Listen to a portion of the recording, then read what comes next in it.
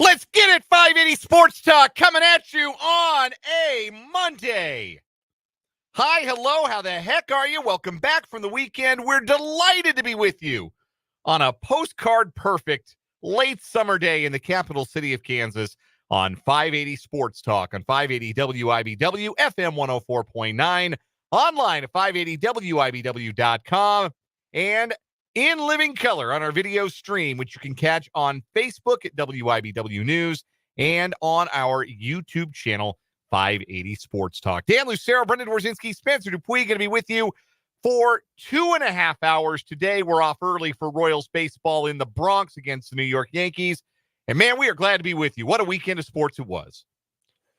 It was, really unfortunate at the same time with that missing persons report that came out between 6 o'clock and 9 o'clock on Saturday night. I don't know that they found Devin Neal yet. Get him the damn ball. It was not the best of football weekends for Brendan Dworzynski, all told. Give him the ball. He's the best player on the field. I have had this pent up for 48 hours almost. We are going to get to the action on the college football gridiron from Saturday. Neither K-State nor KU played their best football on the road on Saturday, but one of them got out of Dodge with a victory, and the other, as you can maybe guess, was Kansas, and they could not escape Champaign with victory on Saturday night. We'll talk about what that means going forward. And Brendan will have some more of that. We might get the return of Third Eye Blind. We don't know yet. Well, actually, I should also know that if, the biggest doofuses in college football, like Stuart Mandel got there where K-State would have lost to, because a rule that's been in place for forever just suddenly shouldn't be in place anymore because Tulane's uniforms are cool. Tulane's uniforms are cool. They are cool. They got an awesome logo. Like New Orleans is neat. Like, that's apparently the reason why they should have not thrown a flag for offensive pass interference. Yeah. I at first was kind of like, it's kind of ticky-tack. The more I thought about it, though, like, he clearly was not running a route. Yeah, that's the call. He wasn't running a route. He had his arm around Jacob Parrish, maybe not all the way around, but enough to the side around the arm that if an official sees that, they're throwing the flag. They 10 also times out of 10 didn't give the ball enough to their biggest mismatch of a player. And Chris Kleiman admitted as much today. Yes, at least they're aware. Yeah. At least Chris Kleiman and company are aware, hey, we weren't at our best either, where Lance Leipold got very defensive about the play calling and very defensive about how his team played in their 6-point loss to the Fighting Illini on Saturday night. We'll get to this more in the 4 o'clock hour. I don't want to, burn the candle all the way down to the wick quite yet, but I do want to add, give the ball to Devin Neal. We've got much more to say today about K-State going to 2-0 and KU falling not just in Illinois, but out of the top 25 rankings by both the coaches and the AP. Lots of other reaction. It was our first full weekend of football. Week 1 of the NFL, almost entirely in the books. You got Jets 49ers tonight on Monday Night Football, but it was our first full Sunday of NFL football. And we will all jump to some wild conclusions after 1 week of NFL football. Here's the conclusion for you. Quarterback play. It's bad. It's clearly contagious because I think we all sort of came away from the Thursday night opener like, yeah, Mahomes could have been, like, Mahomes was good. He was really good. Yeah, he was good. He threw a bad pick. Yeah, he could have been better. Lamar did Lamar stuff, but, missed an open receiver that could have tied or won the game. Yeah. And not A-plus efforts from both guys, but still, we saw what makes them great. Yeah. And then you had Daniel Jones and Bryce Young and Caleb Williams and the Nasty Man. One-legged Kirk Cousins. The check-down master, Bo Nix. We'll make a pick for Monday Night Football, I'm sure, at some point. I was iffy on the Jets and their 40-year-old quarterback coming back from a torn Achilles. After seeing Kirk Cousins yesterday, I might be on first overall pick for the Jets this year. Oh, wow. A little hyperbole there, but hey, man, Kirk Cousins could not move. They put a 36-year-old in the pistol for, I think, the first time in his whole playing career. Yeah. I don't think they were running a lot of pistol under Mark D'Antonio at Michigan State. He certainly wasn't running a lot of that in Washington or Minnesota. He could not move. And Aaron Rodgers is older and has had more injuries. Yeah. Yeah. It doesn't bode well, does it? No. Yeah, we saw what it looked like one quarterback trying to come back. Now, Cousins had like an extra, Rodgers rather has had an extra like month and a half to recover from his injury. He's also just better. And also some darkness retreats and like rubbing crystals on his Achilles to help it heal. And he and Danica are back together? No. I'm just, you remember things that from was your uncalled exes. for. You remember things from your exes. Anyhow, we'll talk NFL. Abort. After week 1. We'll talk some college football week 2. We saw some big games. There are a lot of high-profile teams that had some clunkers on Saturday, to say the least. But you know what matters is that you win. Mm-hmm. They only ask you how many at the end of the year and not how. And that's really, really good news for a lot of teams who stunk out the joint on Saturday. And it's also really, really bad news for Notre Dame. So we'll talk about that. And also we'll go around the Big 12 a little bit as well. We got Matt Verderame joining us to talk NFL. He'll come in at the bottom of this hour. Matt Verderame from Sports Illustrated, from That Football Show on the KC Sports Network, from his own social media presence, the Matt Verderame Show on Patreon, which you can subscribe to. Matt's got plenty of insight about week 1 of the NFL season. We'll get to that as well. Plus, all of the things you've come to know and love from a Monday edition of the show. We got good, bad, ugly from the weekend that was. First round of What Is Wrong With You for the week. We'll recap our Prairie Band Sportsbook 580 Sports Talk picks. Not a great week all the way around. Let's just say that. And we're going to learn a very important phrase, emotional hedge, that perhaps 2 of the 3 of us could have utilized and had much better success gambling-wise this past weekend. Sports headlines, top of the 5 o'clock hour. Again, we are out at 5:30 because the Royals open a series in New York tonight against the Yankees. First pitch at 6:05, so we'll give way to the Royals Baseball Network at 5:30 this afternoon. You are, as always, invited and encouraged to be part of the program. If you're watching on YouTube or Facebook, you can comment on the show. If you're in the YouTube, there's the live chat feature. You can interact with us and with other listeners on the fly. We sure appreciate all of our viewers. You can also comment on the Facebook, WIBW News. You can also hit us up on the Top City Metal Supply text line. That number is 785-272-9429. Yes, it was the first full football weekend of the season. Yes, we all indulged and perhaps engorged ourselves on America's favorite sport. But we're not opening with any football today. We are opening with the all of a sudden red hot again Kansas City Royals. Folks, the playoff magic number, the magic number to reach the playoffs, the combination of Royals wins and losses behind them by, who would it be? Who now is the team that is bringing up the rearest of the rear here? Looks like Seattle, Detroit. Any combination of Royals wins and Mariners losses, Royals wins and Tigers losses, that equals 13, puts the Royals in the playoffs. The magic number is Salvador Perez. The division magic number, even though the Royals are still trailing in the Central, it's only 2.5 games after the Royals swept the Twins and the Guardians dropped 2 or 3 to the Dodgers.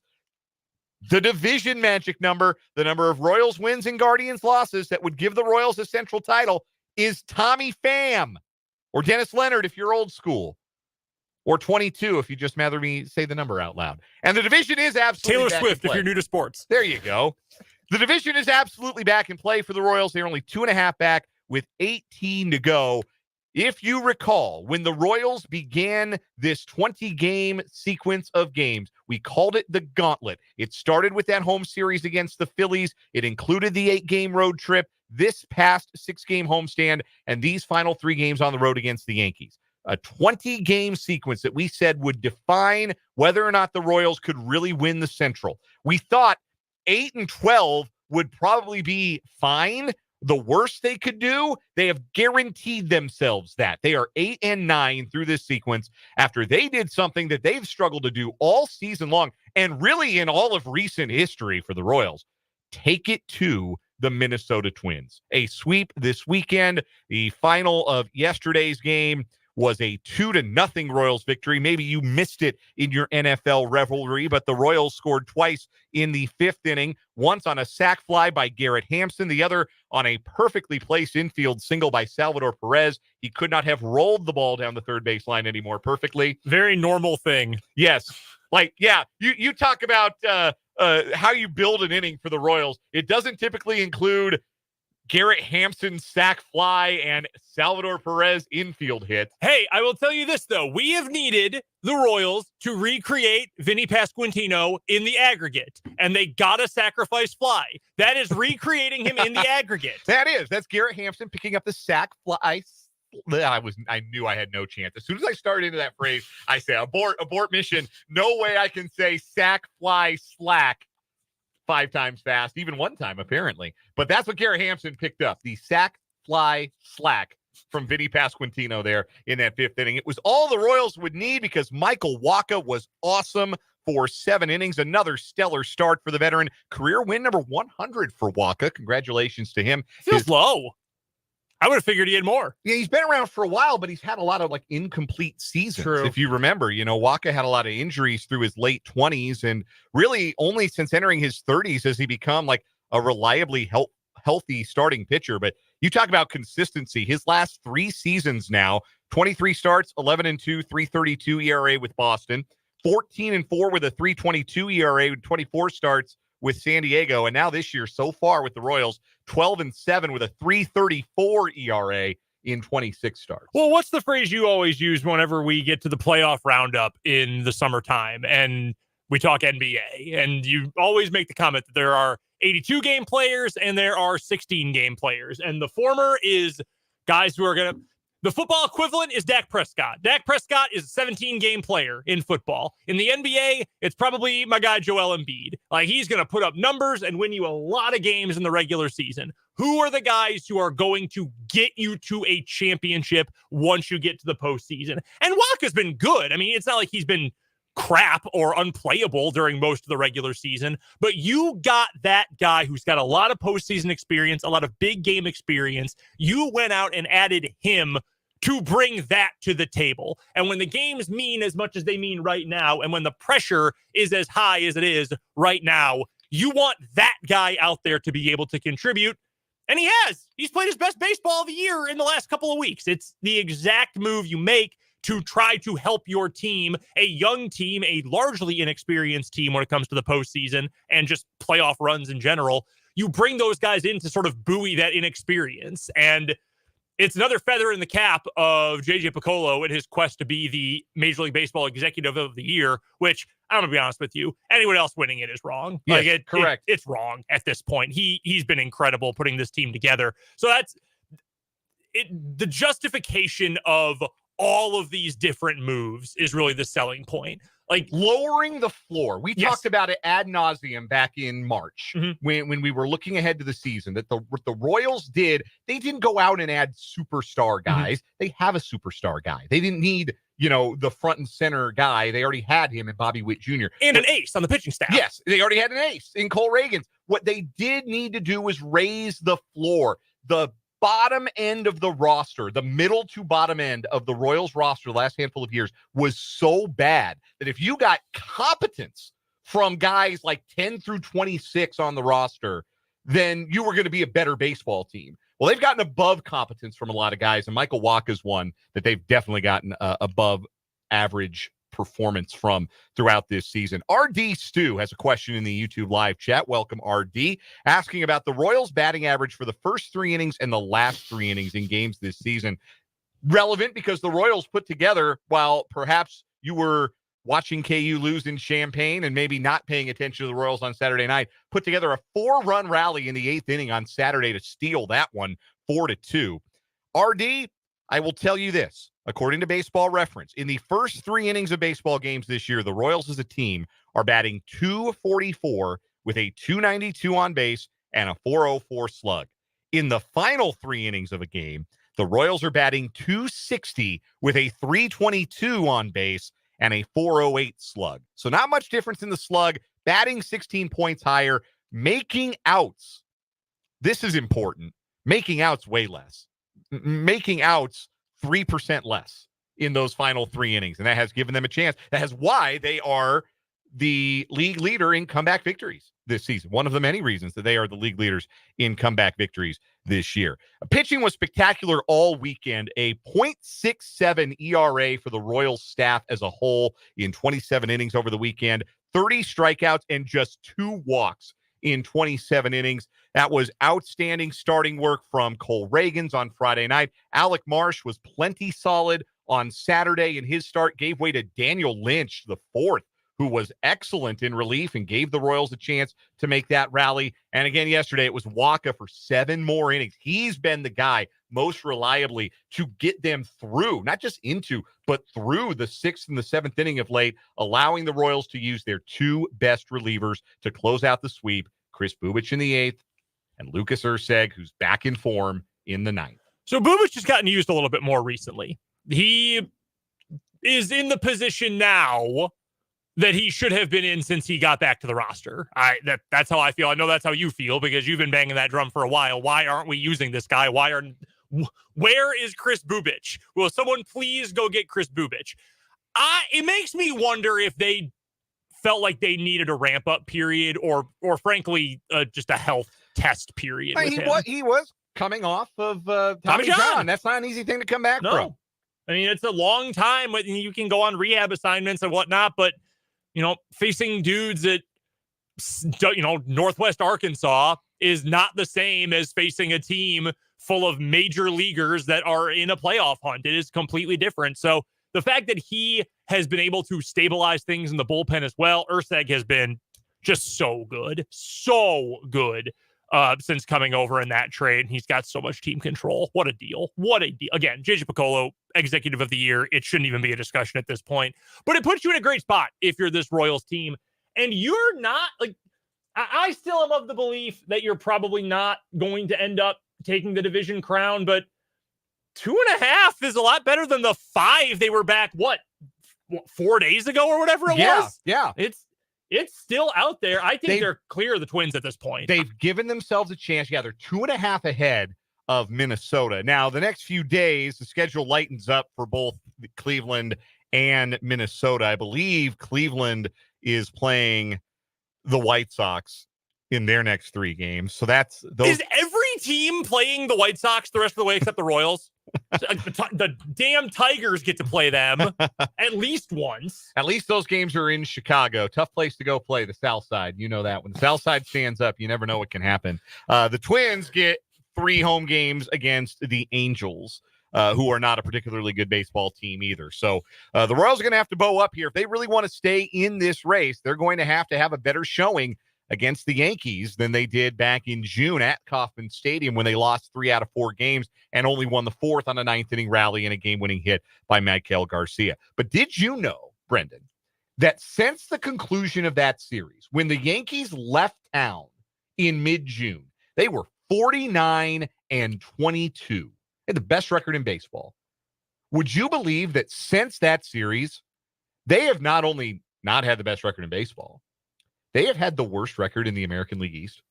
They've been below 500. Yeah, Judge can't hit anymore. Yeah, Aaron Judge hitting just 186 in his last 12 games with no home runs, which spin zone if you're a Yankee fan, I guess he's due, but... Yeah, it's the Paw Patrol curse. Yeah, I saw Aaron Judge and his dog made an appearance on Paw Patrol, and since then, he has been Nicky Lopez. Yeah, a little bit more OBP, a little bit more regard from opposing pitchers who won't pitch to him. But no, Judge has been in a funk. The Yankees are 33-39 since that Royals series back in mid-June. So while they are still in first place in the AL East, it's only by a fingernail. And the Royals come in with confidence. The pitching is rolling. The bullpen was pretty lightly used over the weekend. And again, Daniel Lynch, the 4th, gets a ton of credit for that, picking up 3 innings on the minus side on Saturday, earning the win in the process, but also keeping the bullpen well rested. And now we are seeing what this team has been all season long. You know, you get frustrated when you get in that long losing skid and end up being 7 games. But given the bigger picture, looking at the bigger picture, this is who the Royals have been all the way through this season with 18 games to play. They are resilient. They find ways to win. They get good pitching. They play good defense. Run prevention is a big deal. Their lineup makes sense again with a real leadoff hitter in Tommy Pham up top, with Hunter Renfroe in an RBI spot back from injury, extending the lineup. Had a big hit on Friday night, drove in 2 runs to stretch that lead out. They are, according to Fangraphs, 94.7% to make the playoffs as of today. I was willing to say it before the gauntlet began. I was willing to say it after they took the first 3 games in Cleveland. They're going to the playoffs, guys. Yeah, they're in. This is happening. They're in. This is happening. The Royals are going to the playoffs, and the Central is back up for grabs. It's going to be hard to match the Guardians these next 3 days because, again, they get to play the White Sox. But they've also only been mediocre against the White Sox this year. This is true. They're 5-5, right? This is true. Yeah, so they are one of the few teams that haven't just completely beaten the tar out of them. This is very true. The thing about the Royals, talking a lot about Michael Wacha, most teams do not have 4 legit, we can trust these guys in a big game pitchers. They don't. And even if you're like me and you're more skeptical of Brady Singer, okay, fine, take him out. Most teams don't have 3. Yeah. And the Royals can go Reagan's Lugo Wacha with more days off in the postseason. That's dangerous. That is a big deal. JB asked in the YouTube comments, do you know if Kauffman Stadium's concrete can handle October baseball? JB, I'm telling you, we might be about to find out. Royals going to have to get to the division or the top wild card. They're going to have to run down Baltimore to guarantee themselves home games. But again, as Brendan laid out, given the starting pitching that the Royals can run out in a short best-of-3 series, do you want to play them in a wild card series? I don't think you do if you're Baltimore. I don't think you do if you're Houston. I don't think you do if you're Cleveland. I don't think you do if you're Minnesota. So the Royals, 4 in a row going into the Bronx tonight. Again, pregame at 5:30. First pitch 6:05 here on 580 WIBW. We'll take a break, do a quick good, bad, ugly from the weekend that was here on 580 Sports Talk, live from the Kansas Drive to Zero studio.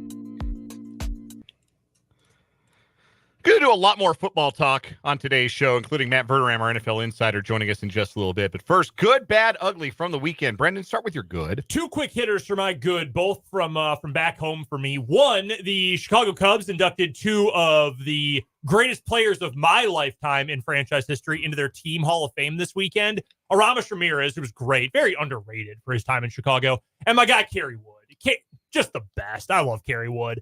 So congratulations to those two Cubs legends. Also, this week, Wednesday, is obviously the anniversary of 9/11, which is it's horrible, 23 years later to think about. But my high school, Lions Township High School, inducted into its school Hall of Fame Lieutenant Colonel Dan Nash this weekend. Dan Nash was quite literally the first responder to 9/11. Oh, wow. He was in the Massachusetts Air Force and was called as the towers were crumbling to get in his plane and patrol the airspace over New York with the explicit direction, if you see an airplane, you shoot it down. Wow. And that was his role, the first responder on 9/11. So he unfortunately lost his life a couple of years ago, but very glad my high school honored a true hero from the LT ranks. Awesome stuff. Quick good, Spencer? Yeah, a couple things here. Got indoctrinated into Kansas high school football with a heck of a game on Friday night. That was my good. Silver Lake and Rossville, war on 24, delivered the good. Silver Lake with a 33-26 win over Rossville in overtime.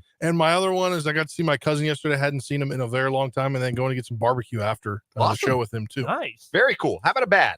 My bad. I'm super unprepared. Yell at me, laugh at me because my phone was down. Tom Brady. He's got time to get better. He absolutely does. Boy, he sucked. Yeah, I wasn't real impressed. No. Was not real impressed with him. You got a bad, Spencer? Yeah, my gambling. We'll get there. Our picks and then my actual gambling that I made this weekend. We'll get there. My bad. All three interceptions thrown by Jalen Daniels. Woof. A quick ugly, anybody? Yeah, the Washington Commanders effort they put out yesterday and the sleep that I got last night. Ooh. The nasty man. He's the worst quarterback in the NFL. Yeah, my ugly is just like quarterback play across the NFL. There's a lot more bad than good under center, and that makes for a bad product. And I worry about the kind of games we're going to see if week one was any indication. We'll talk about it with Matt Verderame after this timeout here on 580 Sports Talk.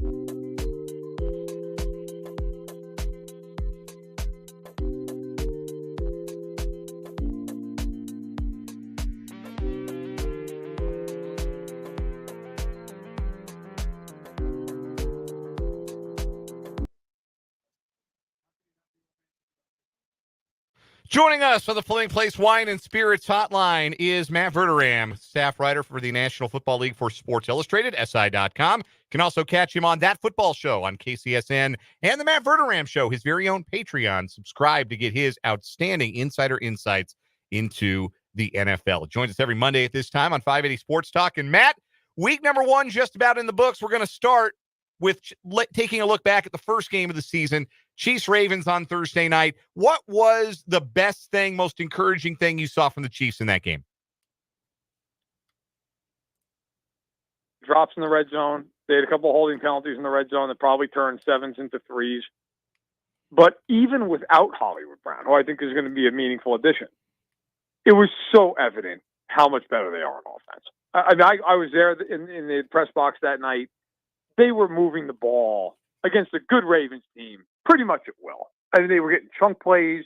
Worthy, despite only touching the ball 3 times, you could argue was the most impactful player on the team. I mean, he was everywhere. Rice had a huge night. I think in doing a large part the effect Worthy has.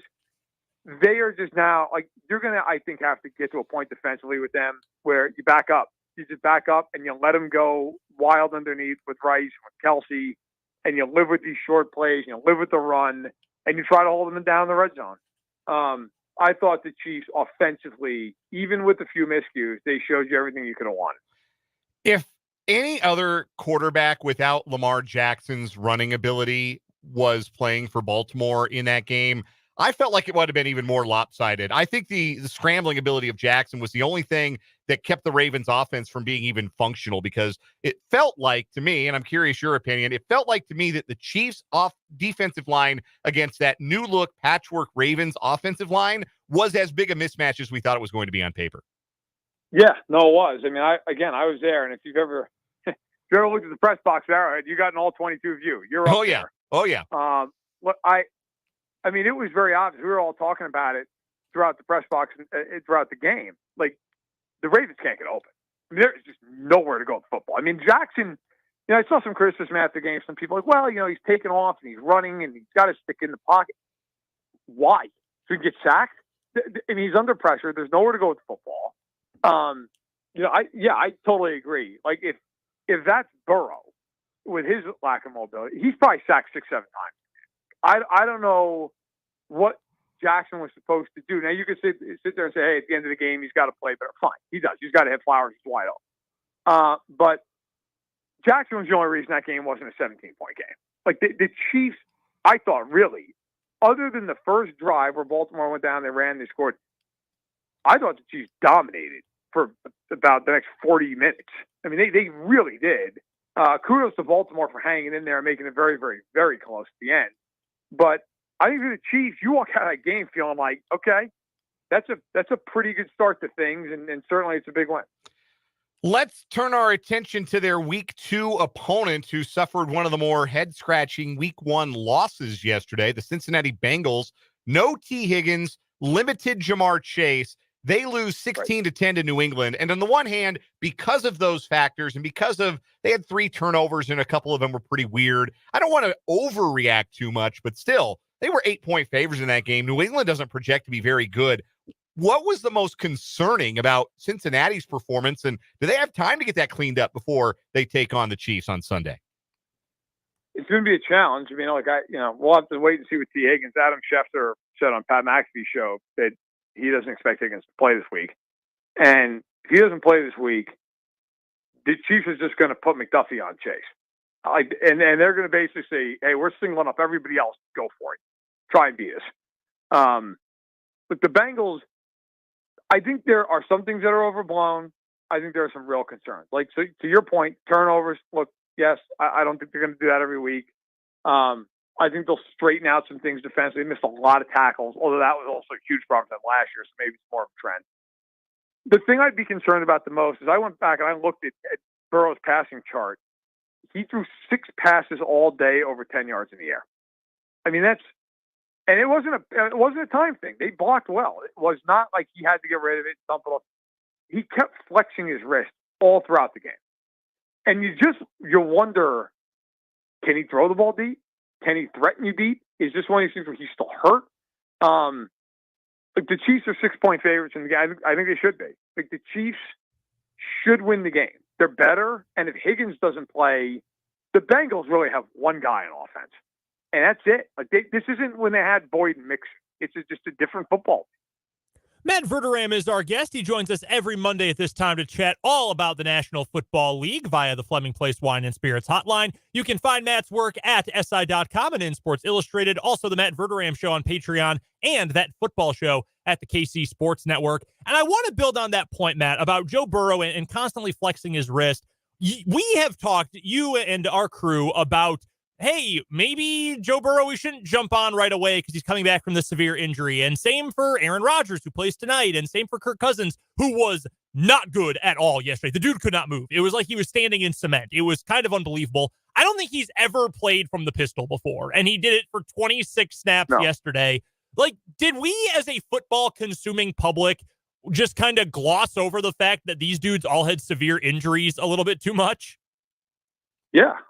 Yes, absolutely. I mean, I think sometimes we live in a society where, at least in sports, I mean, it certainly doesn't cross over to other things, but like in sports, the general media that we all belong to, I think there's a time where in a place for just being honest. And I think sometimes we almost couch it. Look, it's real. Burrow's wrist injury, talk to anybody who's been around it. Like, it's a serious, rare injury. They don't know how he's going to come back from it. Hopefully he comes back and he's 100%. May not be. Kirk Cousins is in his mid to late 30s. He had a torn Achilles. Yeah, he's not going to probably be really spry and mobile to start out this year. And if you look at this past Sunday here against Pittsburgh, he did not have one play action pass in the game. Not one. When they were in the shotgun, they threw the ball 100% of the time. He can't move. So, yeah, it's a problem. And with Rodgers, I'm absolutely in the camp of he's 40, coming off an Achilles tear. He wasn't good the last year he played when he was in Green Bay. Look, they might be a good team. I even picked the Jets to make the playoffs. But is there a world where he's just not good? Yeah, there's definitely a world where that happens. So I think sometimes, it's like the preseason where everybody goes crazy when some young gun comes in and looks good in the preseason, and then Bo Nix happens on Sunday. And you watch that, and you're like, oh, my God, this is a catastrophe. Like, nothing is Bo Nix, but we heard all month how great he was going to be. And, look, he got put in jail in that game. He just did. That's a welcome to the NFL moment. Speaking of quarterback injuries, I nearly gave up all of my worldly possessions and joined a monastery on Friday night when Jordan Love was writhing on the field. I'm sorry, on the slip and slide that was Arena Corinthians down in Sao Paulo, Brazil. Thankfully, it sounds like he is going to end up being okay. Matt LaFleur is speaking right now and said he's not going to go on IR and they're going to just test him regularly. So it sounds like he's going to be okay long term. With how deep that NFC North, though, is, Matt, does even 3 to 4 weeks without him, and then, you have to get acclimated again the first week or two you come back, does that make it probably wild card or bust for that team? I mean, the Lions look really dang good. The Bears got zero offense. If they had knelt every play, they would have had a better offense yesterday. They still beat Tennessee. Is that maybe a death knell for the division and wild card only for Green Bay? Probably. But if you're the Packers, you're saying, all right, look, 0-1, let's split the next 4 games. Like, if he's out 4 weeks, split him. Find a way to win 4 of those, 2 of those 4 games. Which, if they do that, okay, you're 2-3. The Packers were in worse shape last year, made the playoffs. And the NFC is not the AFC. Like, in the AFC, I think they're not going to make the playoffs. They can make the playoffs in the NFC if they go 9-8, 10-7. So, like, I think if you're LaFleur, you just got to keep this ship from going totally underwater. Now, the other side of it is, they got to get somebody there than Malik Willis. They are not going 2-2 in the next 4 games with Malik Willis. It's just not going to happen. Like, I don't see any world where that kid steps in there and they win a bunch of football games. So do you call Ryan Tannehill? Do you make a minor trade? You do. I mean, I think you probably look into it. I think you have to. But if the Packers are 2-3, something like that, I think they're fine. I think they'll be okay. Probably not going to catch Detroit. Although, hey, look, the good news is They don't play Detroit in that span. So they could still beat them twice. But, yeah, I think it's probably more likely than not that they're fighting for a wild card. We're joined by Matt Verderame of Sports Illustrated here on the Fleming Place Wine and Spirits Hotline. And Matt, I saw a stat on Twitter earlier today, and it was week 1 NFL passing touchdowns, comparing it all the way back to 2019. And from 2019 until now, this week 1 is the lowest with 33, pending tonight's Monday Night Football result. But what's your take about quarterback play across the league this week? I think some of it's a little bit just kind of flukish, but I also would sit there and tell you that I think some of it is because, again, we live in an NFL where nobody thinks they need to have a preseason, and I would disagree with that. I think that is insane. You need to have a preseason. You need to let guys get reps. Okay, now there are certain scenarios that are fine. I understand that maybe you want to protect Aaron Rodgers or something like that. Okay, I get it. Bryce Young doesn't need reps. He's just good. Like the Panthers apparently just felt, yeah, he's fine. We don't need to get anybody on the same page. That's a problem. And I think, you saw that a lot this week. Now, it doesn't hold true everywhere. Okay, I mean, I'm not saying that's a hard and fast rule for every single team. The Lions didn't play anybody in the preseason. They came out to look fine. But I do think for a lot of these teams that have new quarterbacks, that have new coaches, new coordinators, they should be getting time. They should be working these guys in. I mean, they don't have to play the whole game, play half the game. But they don't. And then you get into these games, and the defense is, look, it's simpler. You're playing faster. You're playing freer. And also, too, I think, look, you just have a lot of quarterbacks right now, quite honestly, are not that good. You have, a bunch of rookies getting their feet wet. And then you have Deshaun Watson and Daniel Jones and all these guys. You're just like, they can't play. They can't function. So, Justin Fields, Cousins coming off the injury. So I think it's a combination of a lot of things. Couple more questions for Matt Verderame from Sports Illustrated, our NFL insider here on 580 Sports Talk, joining us on the Fleming Place Wine and Spirits Hotline. Follow Matt on Twitter at Matt Verderame. Matt, I know it's only week 1, and we don't want to overreact necessarily to anything we see, but was there a team for good or for bad that had a week 1 performance that made you think, maybe there needs to be a little bit of a reevaluation of where we stood on this team coming into the season? It's a good question. Tampa on the positive side, I think, look, we'll find out, if Washington's just a tire fire. Baker looked great. And that offense moved the ball all game long. They scored on almost every drive. They had the football. I thought they were tremendous. They showed that maybe we're all kind of just glossing over Tampa a little bit. And then on the other side of the coin, I think, not to go back to, but kind of Cincinnati. Like that's not just a loss. That's a brutal loss. You're at home against a team that, let's just be honest, they're not good. New England isn't a full-fledged rebuild, and that's fine. They're right to do it. They're resetting. They've been competitive to unbelievably great for 25 years. It's time. That's okay. But New England is not looking to win 10 games this year. I mean, we all understand it. They understand that. To lay an egg like that at home, and then after the game, Chase is talking about, hey, you know what? Don't ask me. Talk to the coach about the targets. Also, I mean, that's the kind of stuff. Like, I do wonder with Cincinnati, if they go to Arrowhead on Sunday and they get blown out, like not just lose, they lose by 3 scores. Does that thing completely come off the rails? It feels like maybe a time bomb with that team. And if they lose that game, it's basically a national game late window. They lose that game, they lose convincingly. Are we talking about a situation in Cincinnati that is like borderline unsalvageable? We're going to find out.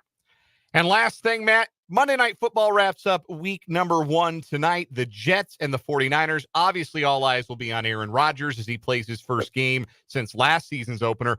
But give me something else, a secondary storyline tonight that most fascinates you about this matchup. The Jets' offensive line against San Francisco's D line. Like the Jets went out and smartly necessarily went out and revamped the offensive line. Did it with a lot of veteran guys. Tyron Smith, 33 years old. Morgan Moses, 33 years old. John Simpson, younger than that, but a veteran guard. They're going against, Javon Hargrave and Nick Bosa and all these different pass rushers that the Niners have accumulated over the last couple of years. What does that look like? And then lastly, McCaffrey against that Jets defense. Can he break loose? Can he make life easy for Purdy? I'll be watching those two things. Matt Verderame covers the National Football League for Sports Illustrated, SI.com. Also appears on That Football Show on the KCSN and the Matt Verderame Show, his own Patreon. Subscribe today. Find him on Twitter at Matt Verderame and listen to him every Monday here on 580 Sports Talk. Matt, enjoy the game tonight. We'll talk to you next week. Sounds good. Take care. That is Matt Verderame. We'll take a break, come back, wrap up this 3 o'clock hour, 580 Sports Talk from the Kansas Drive to Zero studio.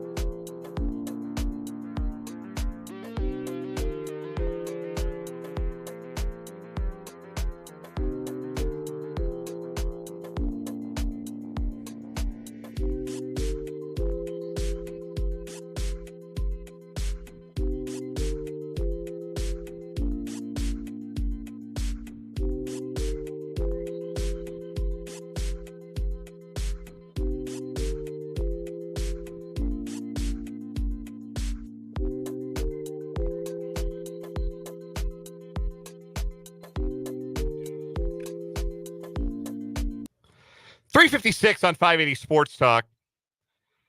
Jets, 49ers, Monday Night Football tonight. We'll have it for you right here. No, we won't. We won't have Monday Night Football for you. Now we got Royals baseball. What am I talking about? We'll have the Monday night schedule for you as soon as the Royals are done.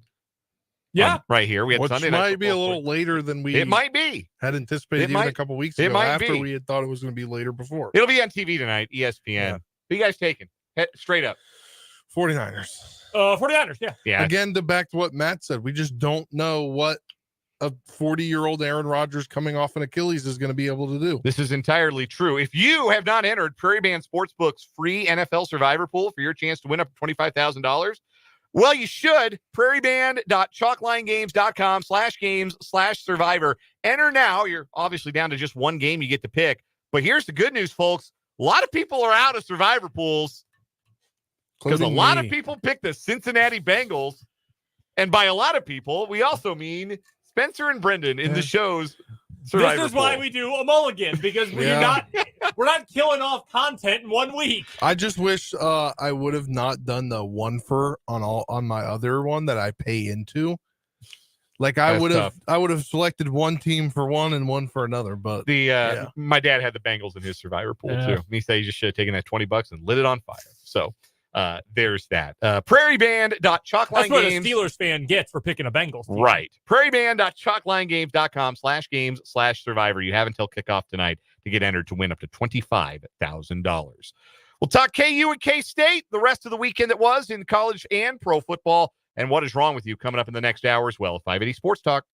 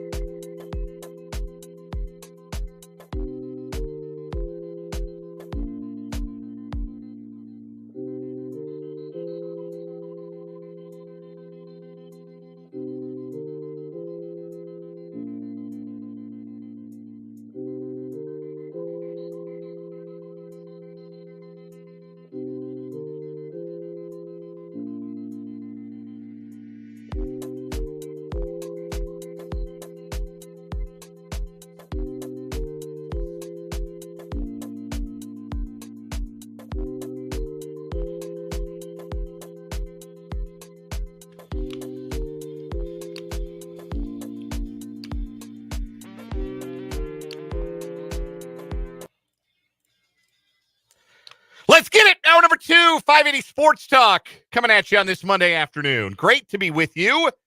Thanks for hanging out with us, making us part of your Monday afternoon. Dan Lucero, Brendan Dworzinski, Spencer Dupuis, the Power Trio. Did you listen to any Rush this weekend, Spencer? You know, I failed.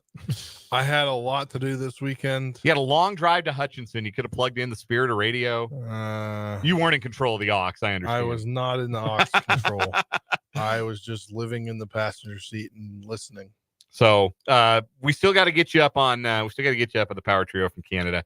That's the crew. We're with you until 5:30 this afternoon when we'll give way to the Royals Baseball Network. Game 1 of 3 between the Royals and the Yankees in their 3-game set at Yankee Stadium. Brady Singer, Carlos Rodon, the starting pitching matchup tonight. First pitch at 6:05. That means we've got a lot to get to in this final hour and a half of the show, and we appreciate you again being here to check it out. Coming up later on this hour, we'll recap week 1 of the NFL, what we saw, what we liked, what we didn't. Also, week 2 of college football as well. Got sports headlines still to come, and got a first round this week of What Is Wrong With You still to come as well. Hit us up on the Top City Metal Supply text line with your reactions to week 1 of the NFL season or anything you saw this weekend in sports. Top City Metal Supply text line 785-272-9429. No more wasting money on metal pieces that leave you with unnecessary leftovers. Top City Metal Supply will cut exact lengths of aluminum, steel, and stainless steel, tailored to your project specifications. Start optimizing your budget with Top City Metal Supply on South Topeka Boulevard, just north of Forbes Field. You can also join us on our video stream. We are streaming on our YouTube channel, 580 Sports Talk. Check us out. Subscribe if you have not yet. And during the show, you can interact with us and other listeners of the program in the YouTube live chat. You can also watch us on Facebook if you'd rather. WIBW News is the Facebook page. You can subscribe to the page, like the page, follow the page, whatever the terminology is over at Facebook anymore, and watch the show there and also comment on the proceedings as we go along. You heard it at the top of the hour. Real quick, we got to get to this before we get into KU and K-State this weekend. James Earl Jones has passed away at the age of 93. What a life. Yeah. It's always sad when someone passes away, obviously, but man, 93 years and incredible life. You just go, do a quick Wikipedia glance. He accomplished a lot in those 93 years, man. Yes, he did. An EGOT, won an Emmy, a Grammy, an Oscar, and a Tony. Star of stage and screen, both big and small. Everyone's got a favorite role. And yes, generationally speaking, like even for those of us who are younger and don't remember like James Earl Jones has always been old to me. Yes. Like that's all I recognize of James Earl Jones as an older man. And gosh, I'm in my late 30s. So for you guys, it's the same. But like even those of us who are our generation and younger, they know Mufasa and they know Darth Vader. And so like right there, they know James Earl Jones. Real quick, favorite James Earl Jones role, line, anything, Spencer? Just the Sandlot movies. Oh, that's a great one. It surprised me. I just watched one recently, so like it really just put into perspective. He pops up in that movie, and I remember thinking when I first saw The Sandlot when I was just a kid, because it came out when I was a kid, and I think I watched it in the theater, if I remember right. Man, what a time, the early 90s for kids sports movies that have held up pretty good over the years. Like, I'll show my own kid, like, The Sandlot, and Rookie of the Year, Little Big League, Mighty Ducks. Like, a lot of these have held up really well. But, no, he's great in The Sandlot. Christopher in the YouTube comments, remember his quote, "You're not in trouble, you're dead where you stand," because kid got his dad's Babe Ruth ball eaten by the dog. What about you? Oh, I mean, it's Darth Vader. Easily for me. The funniest story about Darth Vader is that the guy who did the actual acting thought he was in the movie, thought that his voice and everything was being used. And then he saw it, and it was James Earl Jones's voice. Yeah, he's got to kind of take the L on that one. Yeah, it's like, hey, man, I get it. I didn't realize he last was in something in 2021, Coming to America. Was that the remake? Yeah, I didn't realize that. Or was no, the not the remake. The sequel. It was Coming to America. It was a sequel. Yeah, he acted very late into his life. I got to say, it's his role as Terrence Mann in Field of Dreams. That great exchange next to the concession stand at Fenway Park when Kevin Costner's character asks him what he wants and goes off on this screed, and Kevin Costner says, "No, what do you want?" Dog and a Coke, or dog and a beer. I think it was dog and a beer. Yeah. And then of course his monologue at the end of that movie. People will come, and if you play that at the right time of year, like right time of day, like emotional state, that gets a little dusty in whatever room I happen to be watching that movie. And I think my wife's seen Field of Dreams. I'll have to make her watch that at some point. I did not realize he guest starred in an episode of 2.5 Men as himself. Yeah, he did a lot of just popping up in sitcoms. He was also in time. Big Bang Theory as Frasier himself. He was a blind Will and Grace. Vance in the hospital YouTube patient. comments remembered that. Yeah. Yep. So, a life well lived. Iconic actor and iconic voice. James Earl Jones, dead today at 93. Thought that was worth bringing up. A lot of people have Absolutely. Great and fond memories of some form or other of that voice and that image being Also, in their lives. I did not realize he was the narrator for Scary Movie 4. Okay. That's just. I don't think that added to his EGOT. I don't believe. I just was going through it and I was like, Scary Movie 4, that kind of looks out of place. Let's get back into some football. College football on the weekend. We knew it was going to be a challenge for both K-State and KU because both teams are going on the road to play quality competition. Tulane's been a very good team in the American the last few years. Their new coach, John Summerall, knows what he's doing coming over from Troy. That was going to be a well-prepared football team. KU going to Illinois, sold-out crowd, night game. Illinois has had some recent success, and another veteran coach who knows what he's doing in Brett Bielema. No team in America plays an A game 13 times. It just doesn't happen. That's why college football is so great, because you're going to have a dud. The separator between a special year and a good year sometimes is finding a way to win when you are not perfect. Finding a way to win when it's a little clunky, when it's a little uneven, when you spend half the game unable to get out of your own way on defense, or you turn the ball over, lose the turnover battle 3 times. Finding ways to win when you do that are the sign of teams that are able to have the special seasons, the conference championship contending seasons. K-State and KU were both a little clunky on Saturday, but K-State found a way to win their clunker and KU did not. And we'll start with the positive. We'll start with Kansas State. Their 34-27 win over Tulane. They absolutely have to get their secondary straightened out. I tend to think that the problems we saw for the Wildcats on Saturday were more communication-based than personnel-based.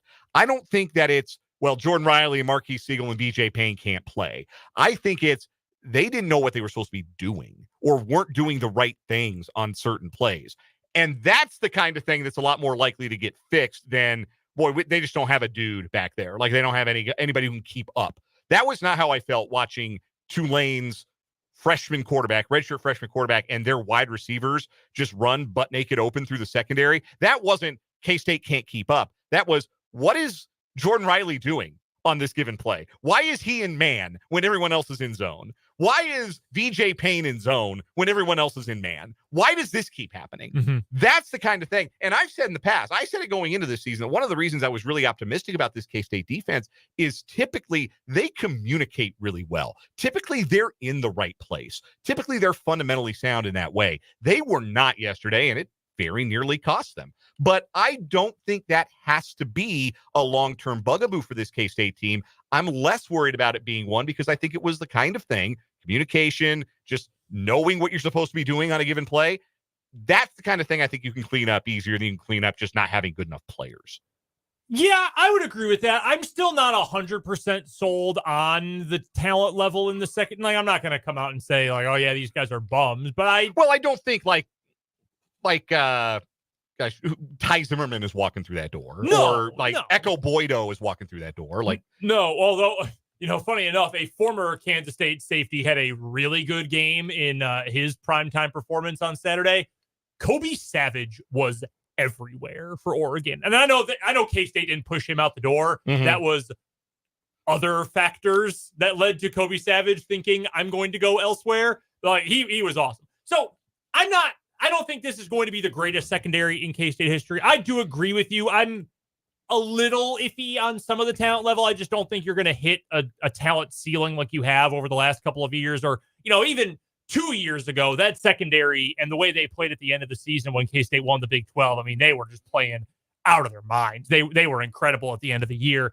But like I said the other day, I trust Joe Klanderman. I think he's a really good coach. Van Malone coaches the secondary. I think Van Malone's a really good coach. Mm-hmm. I'm not too worried about that in the long term. Now, going into next week, I have some questions because Teteroa McMillan might be the best wide receiver in the country. That being said, yeah, you better know where you're going when he's out there. If you can, do you just double him? Just say, you know what? Bracket him and live with anybody else beating you? Noah Fafita only completed like 8 passes not to McMillan last week. Yeah. Like on Saturday. I mean, he just torched him specifically. Maybe you just say we're putting a safety, we're putting a corner on him, and that's it. And that's how we're going to match up with him. And unlike New Mexico and Northern Arizona, you have the athleticism on the back end. You can do that. Yes, exactly. 100% correct. So long term, I'm not super worried. I would be much more worried if Jacob Cowing was still in Arizona too. Yeah. Like if the other Wildcats could throw that's funny, red and blue combines to purple colors. They're cool like that. If they had that kind of wide receiver core, 2 dudes who just always are open or always catch the ball, I would feel worse for Friday nights, to be honest with you. But I'm cautiously optimistic that they'll figure it out. Because again, more than even the players, and it's not a slight at them, I'm banking on this coaching staff because we have seen their body of work, and it's dang good. Yes, the plan obviously was to spam blitzes, just to throw blitz after blitz at a redshirt freshman quarterback, which I don't hate as a matter of course. Like, I think that's a totally defensible plan. Yeah. But if you don't know, if you're not clear on where you're supposed to be on the back end, that's how you give up bust after bust after bust. I think things will be different because you're not going to do that to Noah Fafita. No, you're not going to blitz him on every passing down. So I just think things will look differently moving forward. It was not a good game. There's no sugarcoating it. Like, the drive where they forced the turnover and scored the touchdown, ended up winning the game. That was backup safety. That was Jack Fabris in the game. And he was out there with 2 other backup safeties. Now, that's not me saying, oh, they're going to make changes at all 3 safety positions. But it is me saying, like, the coaches were aware that there were problems back there and that they've got to get that cleaned up. But again, I think it's less a personnel issue, more of a communication issue. The problem I have with K-State offensively, for all the talk coming into the season about just letting Avery Johnson be Avery Johnson, when is that going to start? Because the Wildcats have called games like they're scared of their quarterback, and not scared in the sense that they don't think he's good. I mean, scared in the sense of they're trying to make it easy on him and they don't want him to get hurt. Where is the quarterback running game? Avery Johnson's legs are what make him special. He's a good passer of the football. He was great in the second half. First half, iffy, missed Sterling Lockett on what would have been a touchdown. Second half, he was great. And according to, I think, EPA per play, he was one of the top 10 quarterbacks in the country this past weekend. Like, the passing is there for Avery Johnson, but it's the legs, it's his ability on the ground that is going to unlock this offense and give it a different ceiling than we've seen from it the last 2 weeks. Him and Dylan Edwards have to get going, and that speed is going to be so important to Kansas State hitting its ceiling as a team this year. Do you think, just got a question here, do you think the offensive staff maybe is trying to slow roll him into the role that they wanted to be in by midseason? I thought that after week 1. I don't think that was an appropriate course of action for a team as good as Tulane. So if that's what they were doing last week, I mean, you got away with it, you won, but I don't think it was the appropriate course of action. I'm going to expand on this more when we get to the Kansas game in a moment, because you can probably tell where I'm going to go at this point when we get to that game.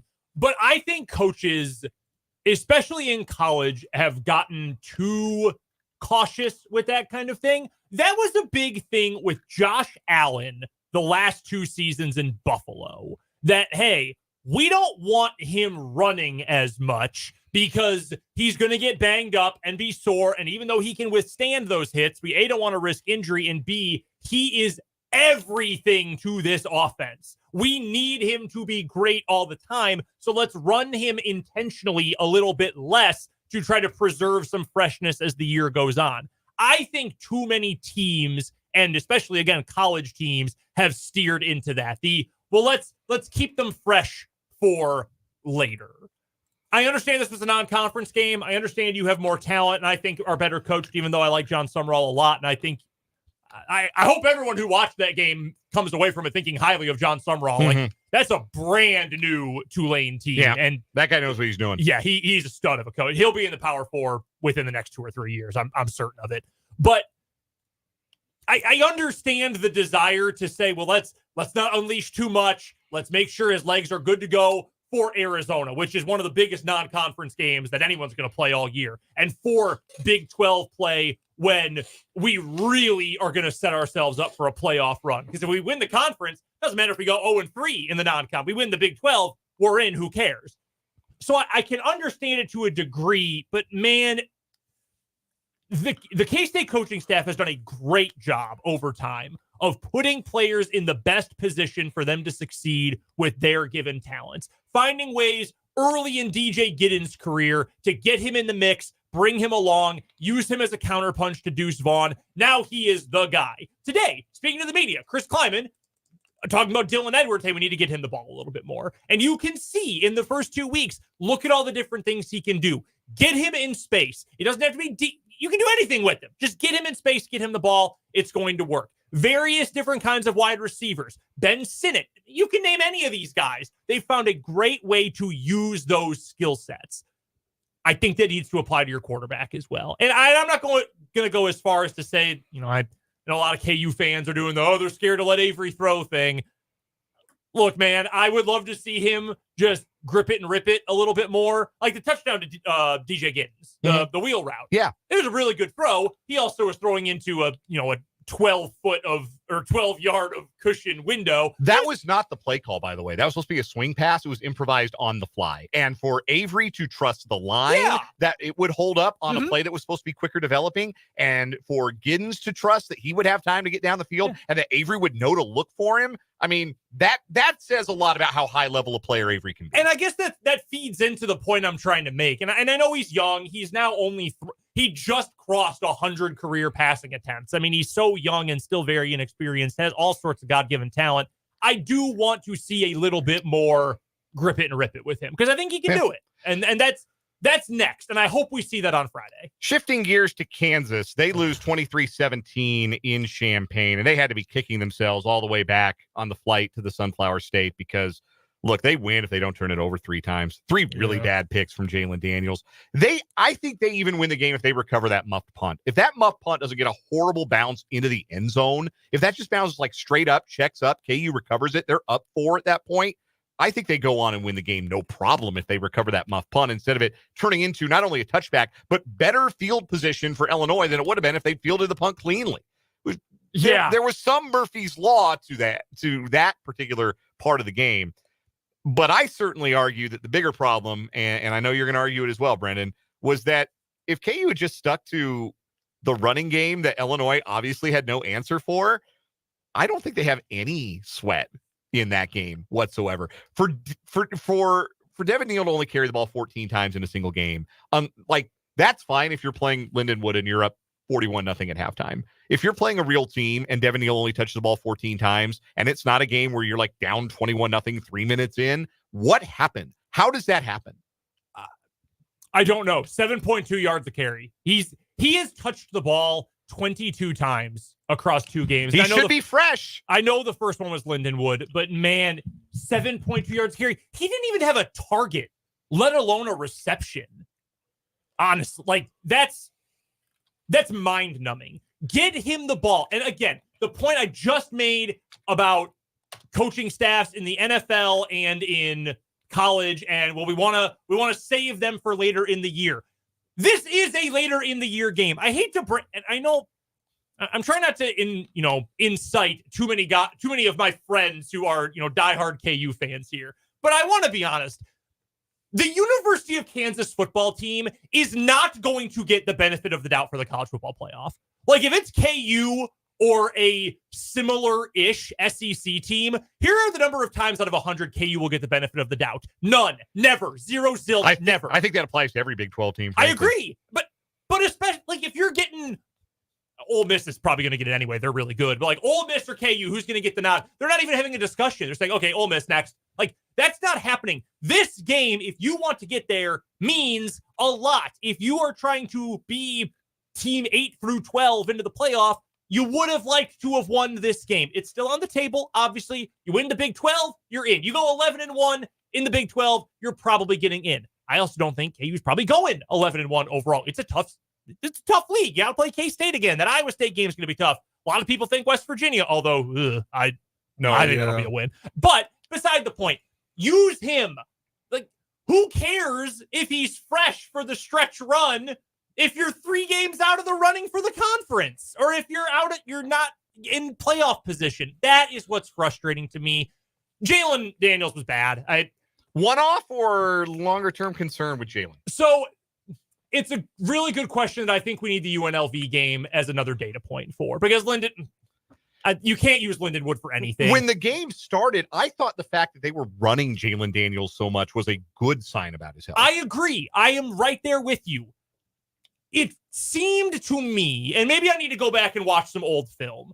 It seemed to me, to my fairly untrained eye, he had to put a lot of body into some of his downfield throws. And do you know what I mean? Yes. Like, some guys took a little bit more effort. Some guys have that easy arm. Anthony Richardson, as you're about to say. Yesterday threw a ball 60 yards in the air while falling down. Right. Like just a little flick of the wrist for 60 yards. It felt like Jalen really had to get it. I'm not trying to say he's still hurt. That's not what I'm saying. I am saying he hasn't played in 11 months. It has been a long time since he's been in a meaningful football game. Remember when he came back 2 years ago? He played Texas and K-State. It was the final games before the Liberty Bowl in the 2022 season. He did not look good coming back. Now, the Liberty Bowl, he was awesome, especially in the second half of that game, but it took him a little while. Makes me wonder if maybe it's going to take him a little while to get in more of a rhythm so he feels a little bit more comfortable. And I hope that's the case. I think Jalen Daniels is an incredibly talented quarterback. He's one of the greatest to ever play at KU. I think the flack he gets from other fan bases really sucks, frankly, because I know for a fact what he has tried to do to get back on the field. And I really hate the way people act about him. But that doesn't negate the fact he was bad on Saturday. Like, guys have bad games. I think he's earned some grace for that. I do not think the play calling was very good.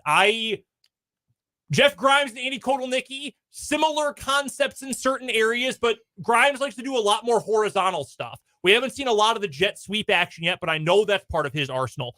A lot more screen, a lot more horizontal Too much screen. One too many. And well, yeah, I mean, Illinois could smell it a mile away.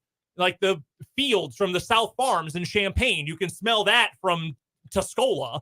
Like, I'm sure the KU players got to experience that this weekend. That is such a niche comment for everybody who is listening to this radio show, but just bear with me for it. Like, there are things to work through. I think KU is going to be fine.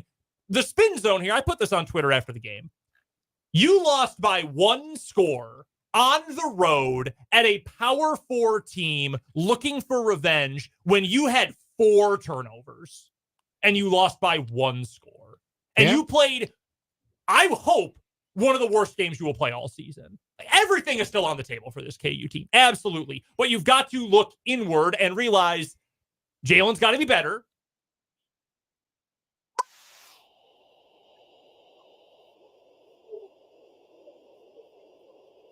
And for the love of God, get Devin Neal the ball. Real quick, I know we have to get to a break. I thought the defense was awesome. Yeah, I thought those guys played really well. Was really good in this game. Dean Miller and Cornell Wheeler both backed up their performances against Lindenwood with solid performances against a real team. Yeah, they're dogs. Those guys are fun to watch. So, ugly game, disappointing game without question. Everything's still on the table.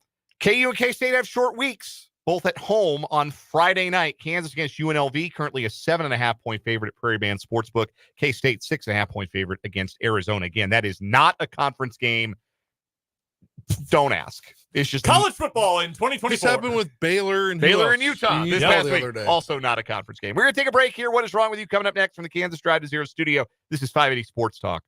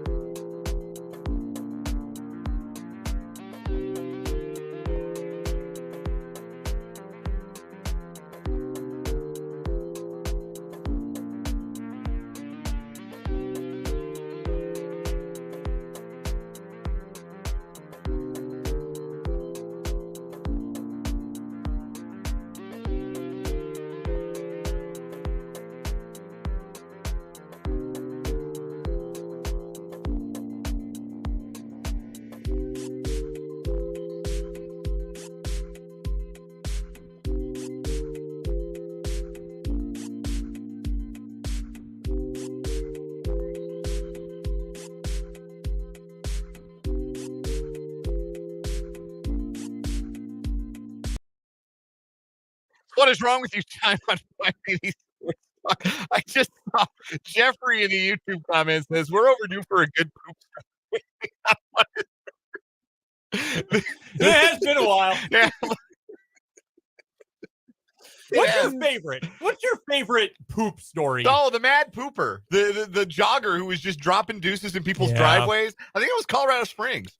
I believe it was, yeah. Yeah. I like the guy in Ireland who got fired from his crane operator job because up above Dublin, he was just dropping bags of his own poop on people. He was sitting up in the crane, and he was just filling bags with poop and dropping them. No, that was real. Unfortunately, I do not believe that we have a poop story today, but we got a pee story. Brendan, lead us off. All right, for my... What a transition. Oh, man. What a perfect transition. All right, we're meeting 59-year-old internist. I don't even know what that is. Dr. Giovanni Balla, who sold his Florida medical practice in 2022 to a fellow doctor. But in recent months, he reportedly became upset over the current state of the business and with the purchaser, Dr. Dylan Dinesh, a 32-year-old who runs affiliated health clinics out of the former office in St. Petersburg. Court records do not reveal the nature of the business dispute between the two. However, investigators do allege that Balla went to Dinesh's office back on July 30th and soaked the front doors in gallons of fluid, which had the odor of urine. On August 17th, so just about 3 weeks later. What other fluids do you know that have the odor of urine other than urine? Couldn't tell you. Balla allegedly returned to the property and again unleashed a cascade of the rank-smelling liquid. On both occasions, Balla and his vehicle were recorded by surveillance cameras. The urine-smelling liquid soaked into the front wooden doors, causing irreparable damage. Replacing the door will cost $1,500, according to the arrest affidavit, which reports that the medical practice suffered $6,000 in other losses related to the urine attacks. Balla was arrested this weekend and charged with a felony count of criminal mischief. He was also released and after posting $5,000 bond. He is currently actively licensed to practice medicine, but only until January. He also currently practices out of his house, which is a $1.7 million waterfront mansion. He also, side note, in 2003 was fined $10,000 and had to perform community service after he wrote prescriptions for people he never saw in his office. Over the internet for a company that does not exist. I'm really trying to do a little Troy wannabe a Balla reference here to the to this story, and I can't make it work. I cannot make it work. I appreciate the effort, though. I'm sitting here straining, and I cannot do it. I don't want to be this Balla, though, because it seems like he's going to be in a lot of trouble for soaking a door in a urine-smelling liquid. Here's the possibly thing. Urine. I get wanting revenge. I get being upset with someone. They've ruined my business. This was a beautiful thing. I sold it to you, and you've ruined it. I understand that. I ain't touching pee. I'm not doing it. I'm not putting my hands all over it. You really get desensitized to bodily fluids when you have children, guys. I'm telling you. I'm going to tell you this right now. Well, sure. But like dealing with your kid, I feel is different than I'm going to fill up this bucket and douse your front door in it. For my story, we go to the not-so-friendly skies. 24-year-old woman captured the internet's attention after discovering she was placed on the no-fly list for American Airlines. Erin Wright was trying to travel from Albuquerque to New Orleans on June 27th of this year when she noticed she could not check in for her flight. Following failed attempts to get through, she spoke to someone at the kiosk who she said eventually told her she's been banned from flying with them. This confused Wright because she didn't understand why she could possibly have been banned from flying with the airline.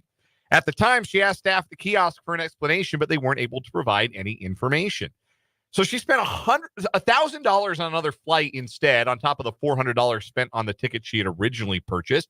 It was her sister's bachelorette party. She was going to be the maid of honor. She had to get to New Orleans. So it was a long 8-hour wait for the flight that she could board. So during that time, Wright contacted the Customer Relations Department of American Airlines for answers. She received a response 12 days later from the corporate security team, telling her that she had been banned for having, quote, sexual relations with a man on a flight while intoxicated. This was news to Wright, who is a lesbian. While she could see the funny side to this misunderstanding, she also felt incredibly embarrassed that all the people she'd talked to thought she'd been having sex on a plane. Oh my gosh, you bring this story up, and I scrolled down the story. I saw this video on TikTok. Yes, this went viral on TikTok. She told her story. Wright sent an appeal to the corporate security team, explaining she had not done what they thought she had. After 3 months of waiting, she finally got a call revealing that she had been taken off the no-fly list by American Airlines. And she was reimbursed for her flight, but not for the extra flight she had to book or for the inconvenience. Wow. Yeah. All right, that's pretty funny. That's pretty funny. Wow. I would be so horrified. Oh, me too. If all these people were like, oh. Oh, it's her. Can I see your We've heard about you. We've heard the stories about you. What are you talking about? Oh, my gosh. Wow. No, that's funny. I think that wins the day. I kind of love the story. The idea that, oh, yeah, I've been We can banned. go with that. Yeah. Two good ones today. Yeah. That's a good Two start good to the stories week. today. We'll go with the no-fly zone passenger. We got to think of a name that isn't too un-PC to bring back for another day. We'll come up with a name for it, but the young lady banned from flying because she reportedly had sexual relations with a male, which is actually not her get down. That is our winner on this Monday edition of What Is Wrong With You. We're talking football when we come back. NFL Week 1, Football Week 2. That's next on 580 Sports Talk.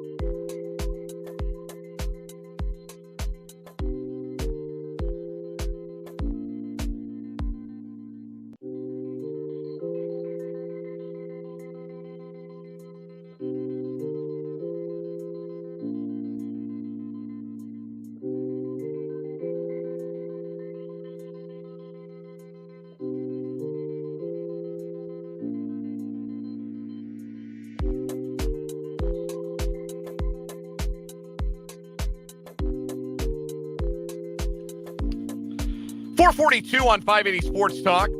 Dan, Brendan, Spencer hanging out with you on this Monday afternoon. Again, we're with you until 5:30 today. We'll hand things off to the Royals Baseball Network. 6:05 first pitch in the Bronx tonight. Royals-Yankees game 1 of 3. Let's start with college football real quick. Then we'll get into the NFL. The broader point from this weekend, I think it applied to both Kansas and Kansas State this weekend, is you got to win your duds. Like, you're not going to play a perfect game 13 times. You have to win when you don't play well sometimes. If you're going to be in contention for the college football playoff, you have to win when you are not at your best. Yep. Because when you get around to November, nobody remembers how you won in September. Yep. They just remember that you did. So that's good news for teams like Penn State, LSU, Alabama, Oklahoma State, etc. A lot of teams, like really high-profile teams with high hopes for this season. Yep. Penn State got everything they wanted from Bowling Green. Oklahoma couldn't put Houston away after Houston got dragged by UNLV in week 1. Willie Fritz's boys put up a good fight, and Oklahoma had to hang on. Alabama, you might look at the score and say, well, they beat USF 42-16. What's the problem? Yeah, you talk about a final score that lies.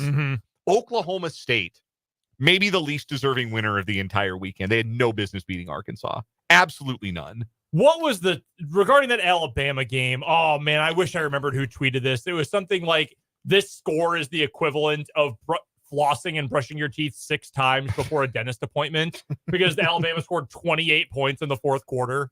Yeah. That's very good. That's a very good analogy. So, yeah, good news for all those teams. It's also really, really bad news for Notre Dame, who lost to Northern Illinois. Okay, that game, Tom Fornelli of CBS Sports wrote a whole column about this today, and I agree with it wholeheartedly. This is the downside of the 12-team college football playoff. Notre Dame should be out. Notre Dame should be ineligible to play for a national championship after losing that game. A game in which I hate to peddle conspiracy theories. That game was rigged, and they still lost. That game was downright rigged. Yeah, that third down spot was so bad. Oh, it was horrendous. Appalling. All game, horrendous. They should be ineligible for the playoff. You lose at home, and Northern Illinois is on a bit of an upswing. Thomas Hammock is a good coach. That dude loves that program so much. That's a program with a lot of tradition, too, at Northern Illinois. They're not a terrible MAC team. You are Notre Dame. You are number 5 in the country. You have all this hype. You have an easy path to the playoff. You should not be able to survive losing at home to Northern Illinois. And that is a flaw with this playoff system, because Notre Dame has this super easy schedule. Well, that's just the thing, though, because they're not in a conference, so they can't get an automatic bid. They have to be considered like everyone else. They go 11-1, but their best win is like 9-3 Texas A&M.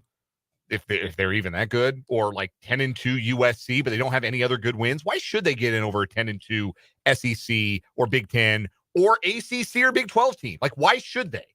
That loss should be bad enough to keep them out of the conversation, but they will remain in it because they're Notre Dame and because it is a 12-team playoff, and that is annoying. They do get USC and Louisville, who are both ranked. Yeah, Louisville might be pretty good, but like they're going to lose one of those games. Yeah, and then Notre Dame at 10-2 with a loss to Northern Illinois. Without question. No, they don't sniff the playoff. Good for NIU, by the way. Yeah, that was really cool. Around the Big 12, Iowa State wins El Assico and had to rally to do it. That's a good solid win for Iowa State. They've now won 2 of the last 3 over Iowa. Mentioned Oklahoma State. They survived. That was gross. They're all offensive pass interference offense. Worked well enough in the end, I guess. But Ollie Gordon averaged 2.9 yards per carry. Like, Alan Bowman is not going to go win you a football game unless it's by accident. And Oklahoma State won that football game by accident. Yes. No, that's correct. That's what I will say about them. Cincinnati did not win their football game. Boy, what a choke job. Yeah. That was a disaster for them to lose to Pitt. And that is coaching. Did you see what happened at Pitt this morning? They fired their AD. Yeah. Utah beats Baylor, but loses Cam Rising. Doesn't sound like it's season ending for Rising. There's a chance maybe he can play as soon as this week. That's good news because their Big 12 schedule is really front loaded. They've got Arizona and Oklahoma State right away. They fell asleep, by the way, in the second half of that game. Yeah, you see what it looks like without Cam Rising for any extended period of time. That would be pretty ugly. Are we considering Arizona State? They had to hold on, but they were up 30-3 over Mississippi State at one point. Dillingham can coach, man. He can. Cam Scadaboo, by the way. Good. Yeah. Also, it is Scadaboo, not Scadabo. I learned that today. Can they give Cam Scadaboo 35 carries a game? Because that might be what it has to be. I wish KU gave Devin Neal 35 carries a game. Also, one last Big 12 thought. It is so over for the Coach Prime era in Colorado. Yeah, he's done. That was embarrassing. They are embarrassing. And we can say it now. Paul Meyerberg was right. He said at the beginning of the year, if anybody who was not named Deion Sanders had done literally step for step everything Deion has done at Colorado from the start to today, we would all be saying, man, that guy's not very good at this. And they shouldn't keep him as their head coach for very long. Yeah, no, it's terrible. Shador walking off the field with 2 minutes left. Honestly, any coach worth their salt who's not literally the quarterback's dad, that cannot He's not playing for me.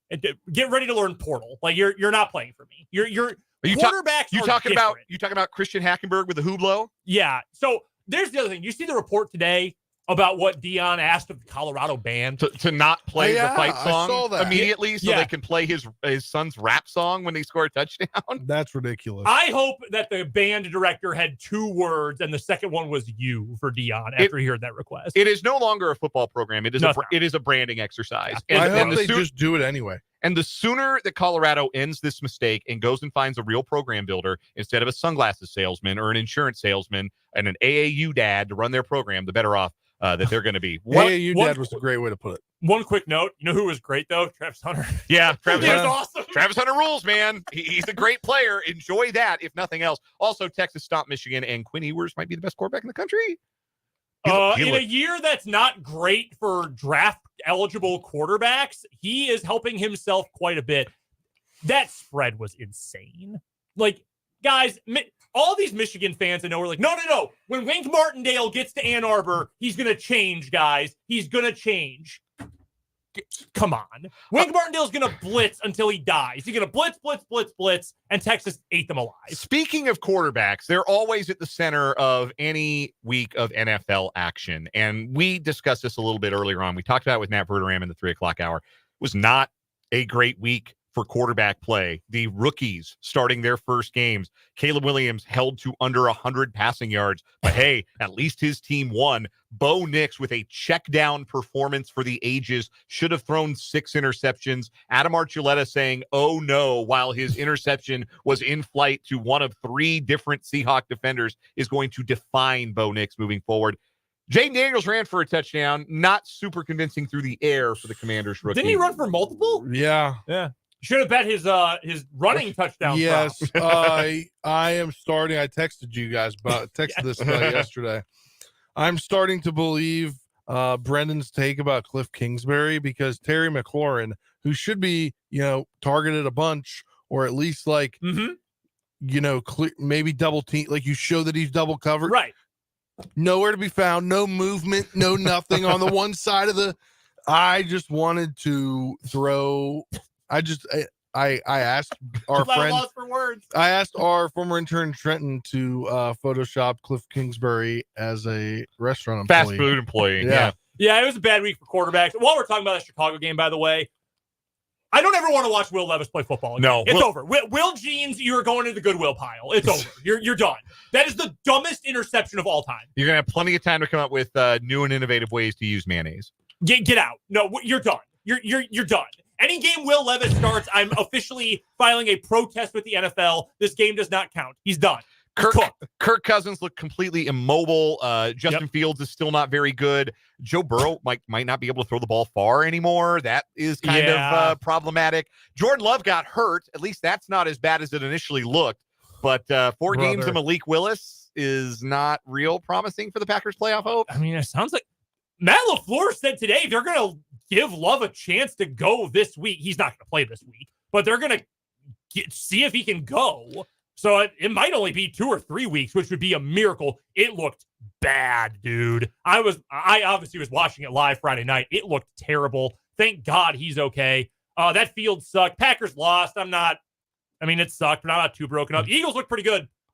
Their drop back game after the first quarter, when Hurts looked like he had never picked up a football before, it actually looked pretty good. Better than I expected it to in week 1. I will say that. Last note here. You wrote this, Brendan. It just says Deshaun Watson has the worst contract in American sports history. Yes. Yeah. He does. No, he absolutely. He got sued again today. Yes, he did. For his actions when he was living in Houston and playing for the Texans. Yes. More perversion, sex crime stuff. Not only is he assault. Yeah, he's even if he was acquitted, he's not in jail, huh? Okay, you don't get accused 67 times now without having some sort of problem. He's a bad guy, and he's just as bad of a quarterback. Look, he was acquitted, and then he settled out of court with all this stuff. Clearly, something's wrong. Right, exactly. You settle out of court just so you don't have to go through everything. Nobody deserves to suck as much as Deshaun Watson does, more than Deshaun Watson. Second place is the Cleveland Browns organization, though. Yes. I hope Jimmy Haslam has to pay him in cash every week. Yes. Right out of his own wallet. Drive a truck to his house full of money. Full of losers. Oh, by the way, the guy they dumped because they wanted an adult at quarterback, Baker Mayfield, Ball out of 289 control. yards, 4 touchdown passes, 146 passer rating this weekend. The best quarterbacks yesterday who took the field were Baker Mayfield and Sam Darnold, just like we all thought that I one would year. not want to be sports talk radio in Cleveland right now. I actually saw something on Twitter today of the very first call I saw of the same morning thing. show. We got to take a break. We'll come back, wrap up this hour, 580 Sports Talk.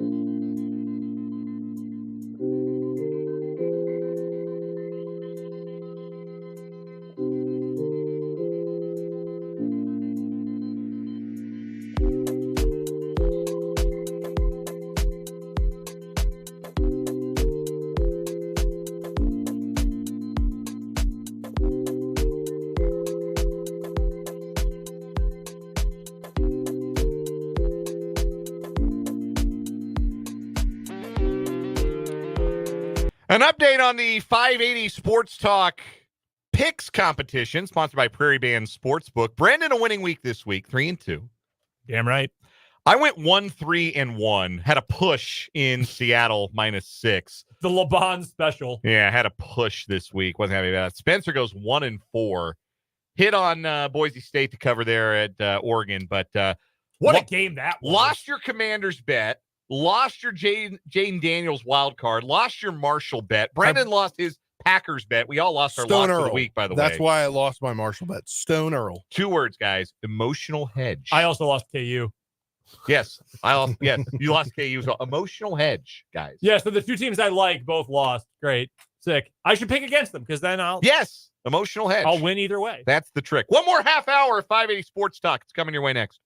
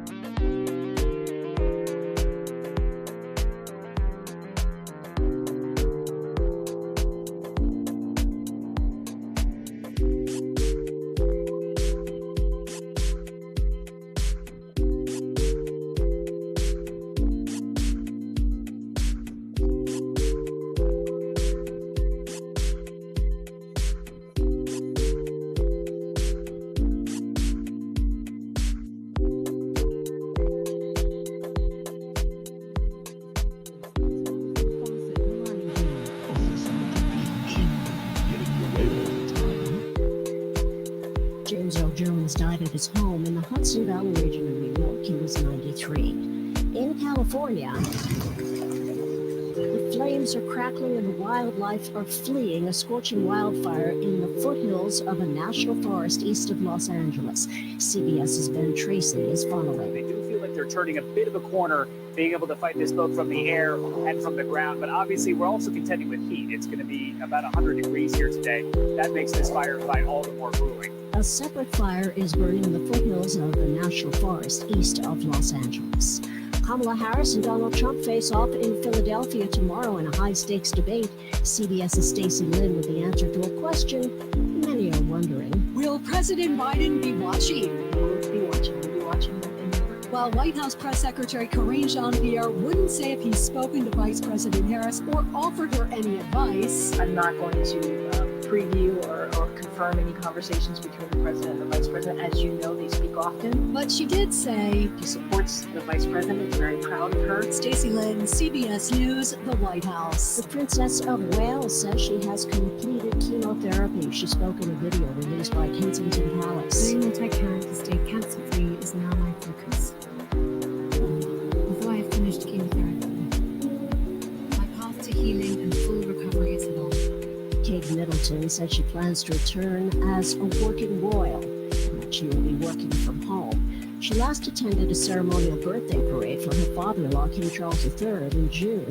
And the following month, she presented the Men Winners' Trophy at the Wimbledon Tennis Championships. And disgraced movie producer Weinstein is in the hospital after emergency surgery. CBS News. Pick O'Reilly Auto Parts for all your car care needs.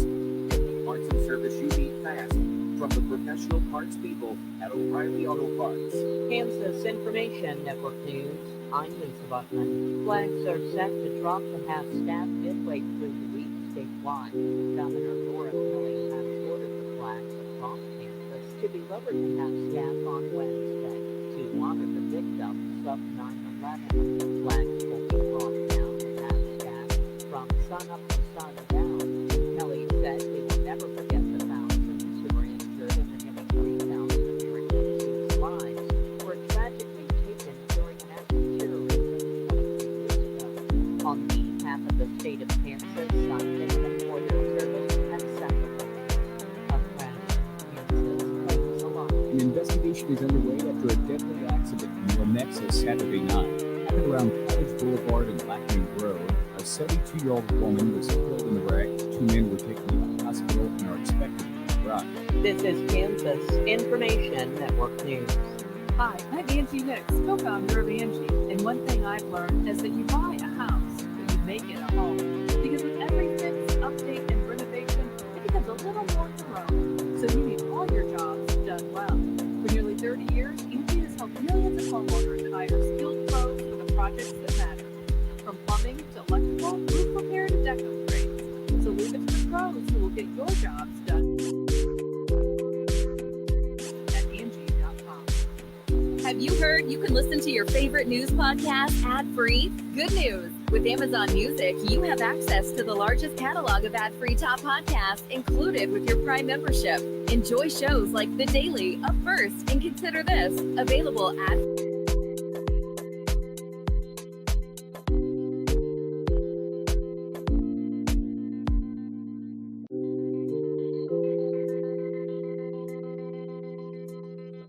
Kansas Regenerative Medicine Center. ARMT's Dr. Andrew Pope explains why. When we pull the stem cells from the patient's own body, the studies have shown that gives them the highest possible dose or volume of stem cells. That's why we do it that way. I was trained to do it other ways, but when I'm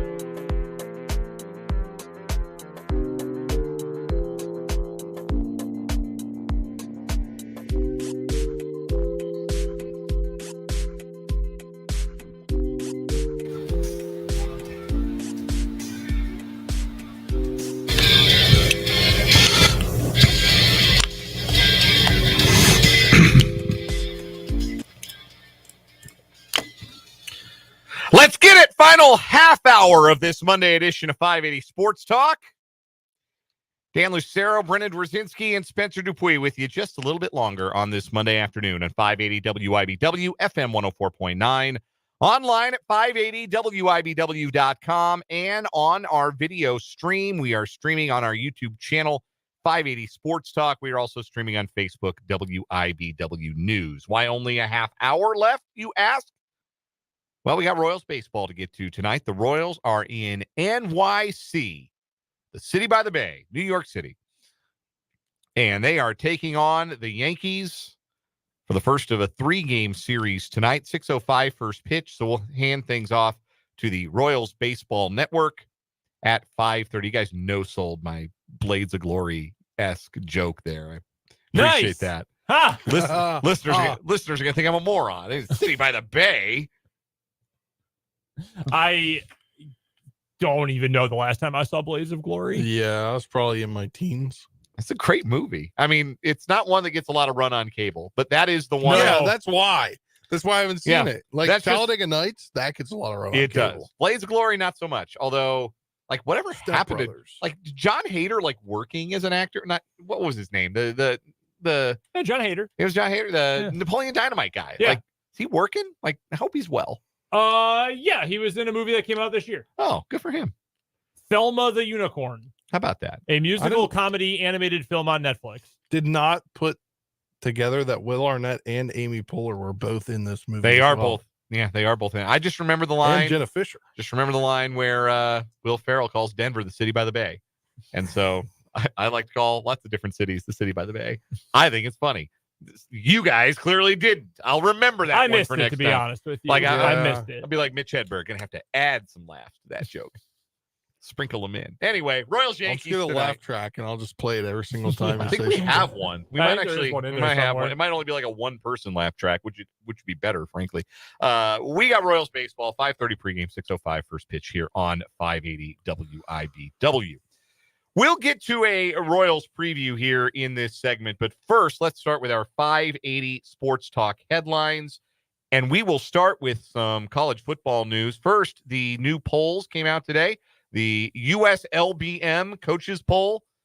Sometimes when a corporate sponsor is so ridiculous, I actually like to refer to it. His poll's a BM, let me tell you. And the AP poll out as well. We'll start with the AP poll. Georgia remains number 1, 54 of 63 first place votes. Texas leapfrogs Ohio State, though the Buckeyes still have one more first place vote, 5-4. Texas up to number 2, Ohio State up to number 3.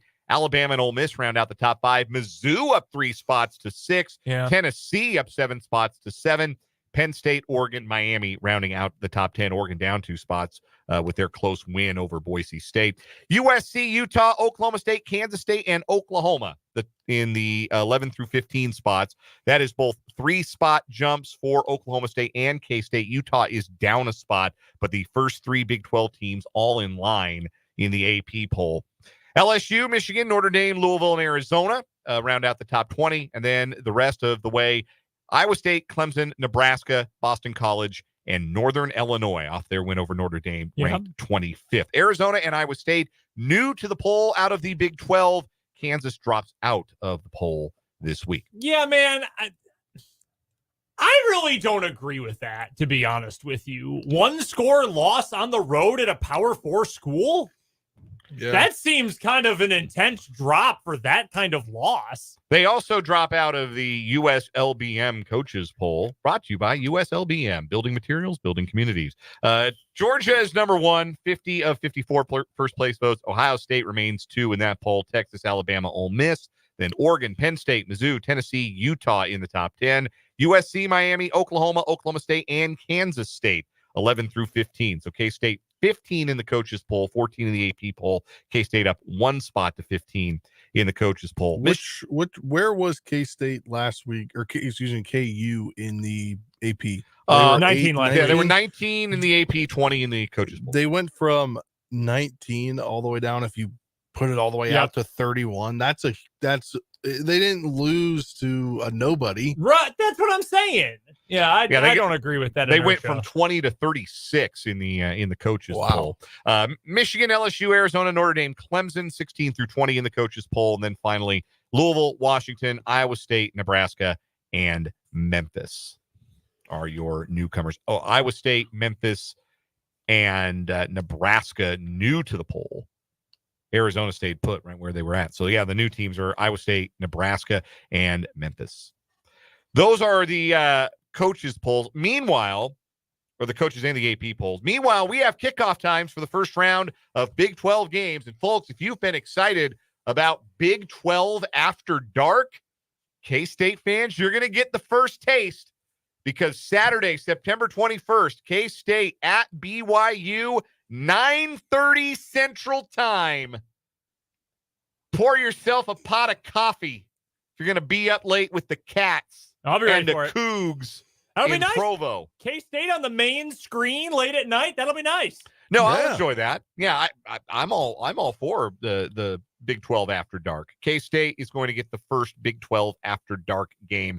Meanwhile, KU will play at a more conventional kickoff time. They will kick at 11 a.m. at West Virginia next Saturday. The 14-day window obviously opened up, and those were the selections. I was a little surprised Utah, Oklahoma State didn't get Big Noon, but you know what did? No. Ohio State hosting Marshall. Oh. I should have known. The look on his face. I should have known it was a Marshall thing. I should have known. K-State is not only going to be the first Big 12 after dark game, they are the only show in town that night. Other games that kick off after, is that Central Time? Yeah, this is all in Central Time. Other games that kick off after 7:30, Fresno State, New Mexico, Portland State, Boise State, and Northern Iowa at Hawaii. So K-State BYU is by far the best game of the night. Yeah, be a big spotlight for KU and for BYU. Do you know the network for that one? I think it's ESPN. I think. Oh, man, is that going to mean Rod Gilmore?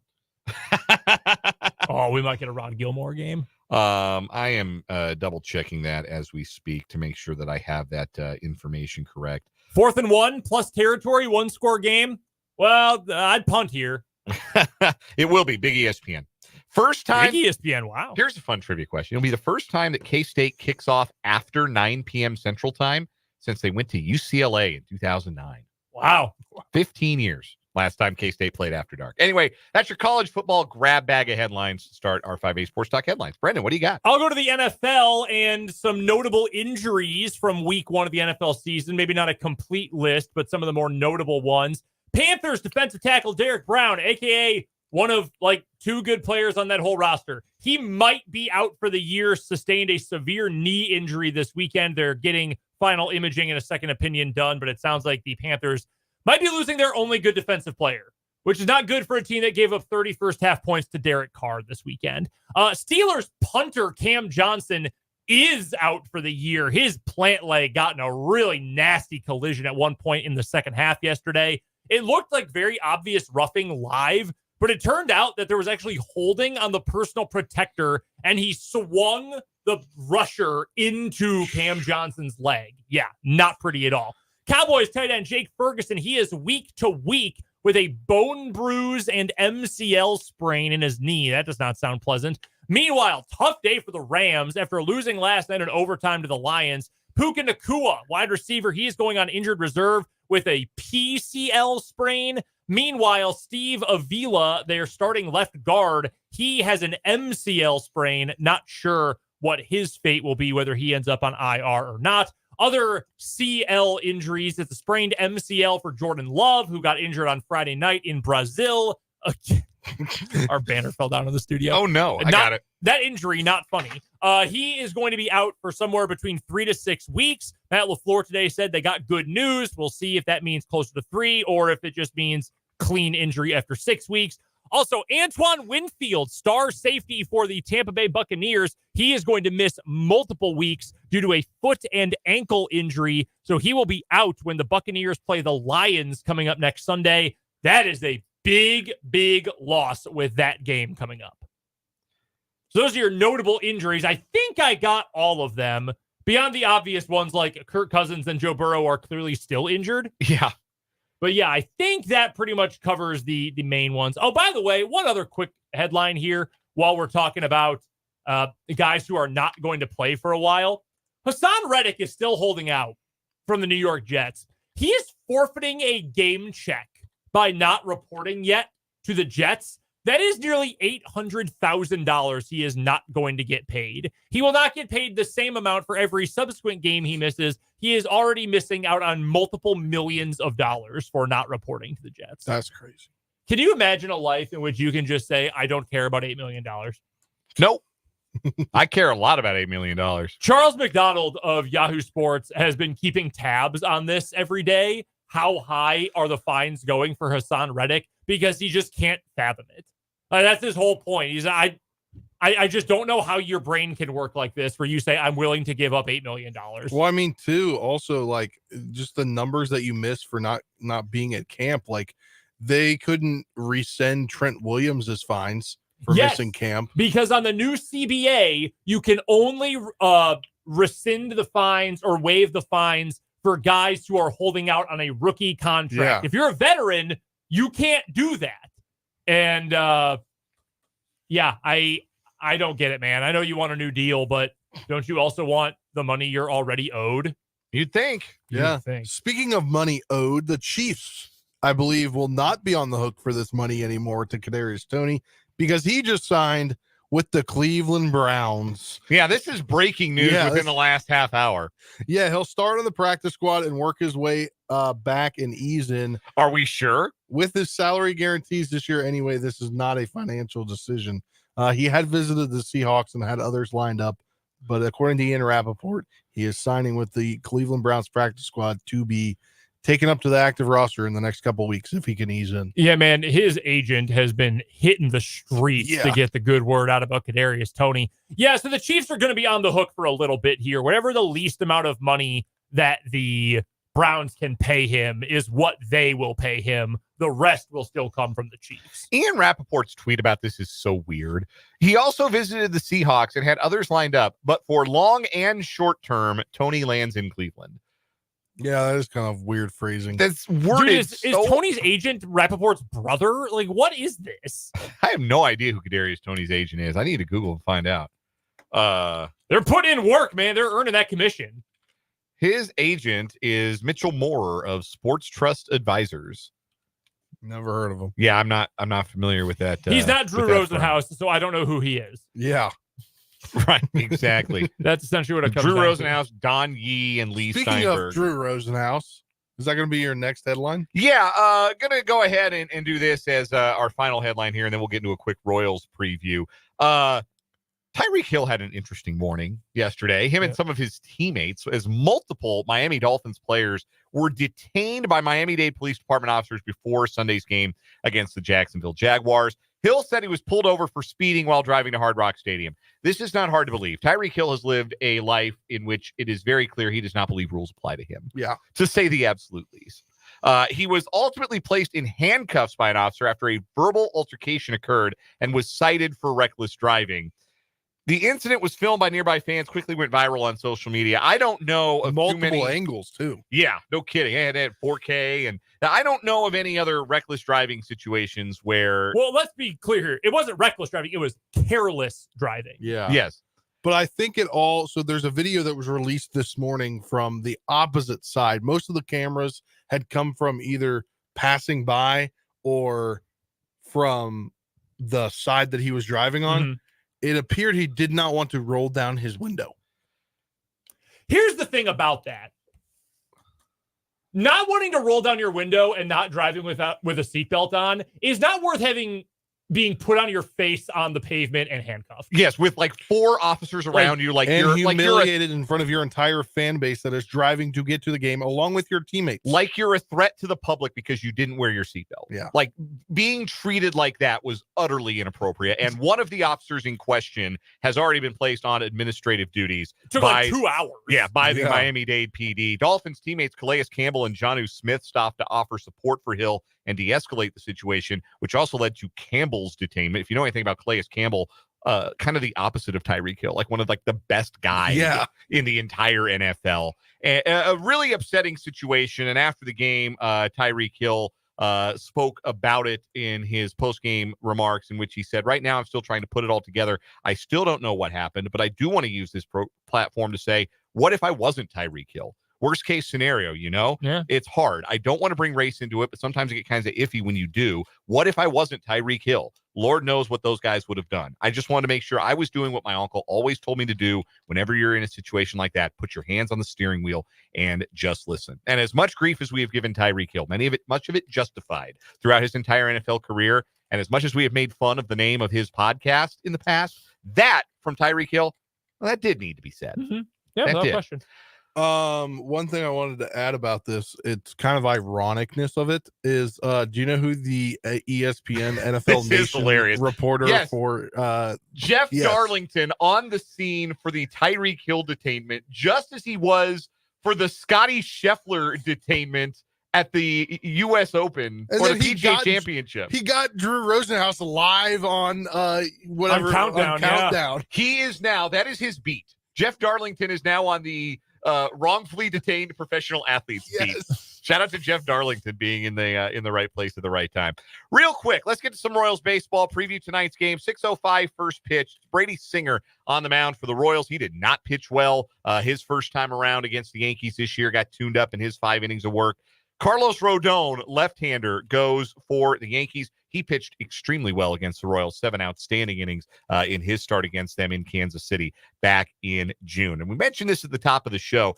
After the Yankees left Kansas City in June, after taking 3 out of 4 from the Royals, they were 49-22 with the best record in the American League. They are 33-39 since then. That is the worst record in the American League East. So, although they are still in first place, it's another first-place team the Royals have to deal with to end this 20-game gauntlet. This is not the imposing New York Yankees that they felt like in June. Because I remember saying on this radio program, guys, it kind of feels like that's the best team in baseball. Like, it feels like they're on a different level than anyone else in the American League. But, like, that's kind of what the Yankees do now, isn't it? Like, get off to gangbuster starts, and then down the stretch it starts to slow down, and then they're out early in the postseason. I don't know if this is a Yankees thing, an Aaron Boone thing. I don't know what it is, but it certainly seems like the Yankees are a team that now kind of grinds to a halt as the season gets into August and September.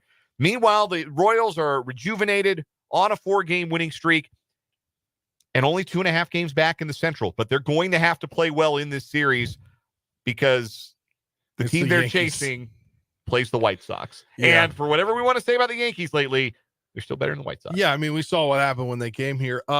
Before we get into more Royals, apparently, according to Tom Pelissero, for transparency purposes, Miami-Dade police has come out and they are going to release a combined 105 minutes and 33 seconds of body cam footage from this incident that involved Tyreek Hill yesterday. Okay, can't wait for that. Anyway, Royals baseball tonight, 5:30 pregame, 6:05 first pitch from the Bronx. We are going to take one final break, come back with the final word after this on 580 Sports Talk.